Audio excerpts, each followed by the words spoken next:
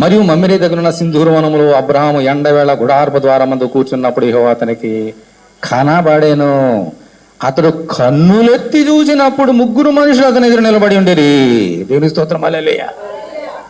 దూరంగా ఉన్నప్పుడేమో యెహోవా కనబడ్డాడంట. కన్నులెత్తి చూసినప్పుడు ఎవరు కనబడ్డారు? దూరంగా ఉన్నప్పుడు, గుడారం దగ్గర ఉన్నప్పుడు ఎండవేళ యెహోవా కనబడ్డాడు. ఎలాగంటే దర్శనములో. వ్యక్తిగతంగా చూచుంటే అక్కడ బతుకుండేవాడు కదా అబ్రహాం. ఆయన ఎవరో దేవుడు కనబరుచుకున్నాడు. అలాగూ దేవుడు అబ్రహాంకి కనబరుచుకున్నాడు. నిజ స్వరూప దర్శనం అయితే చనిపోతాడు అబ్రహాం, కానీ దర్శనం ద్వారా కనబడ్డాడు. ఆ తర్వాత ఏంటి, దేవుడు నాకు కనబడుతున్నాడు అని కళ్ళెత్తి చూచినప్పుడు ఇప్పుడు కనబడ్డారు. ఎవరమ్మా? మనుషులు కనబడ్డారు, ముగ్గురు. దేవుని స్తోత్రం, హల్లెలూయా. ఆ ముగ్గురులో దేవుడు కూడా ఉన్నాడు, శరీరాలు ధారి అయి.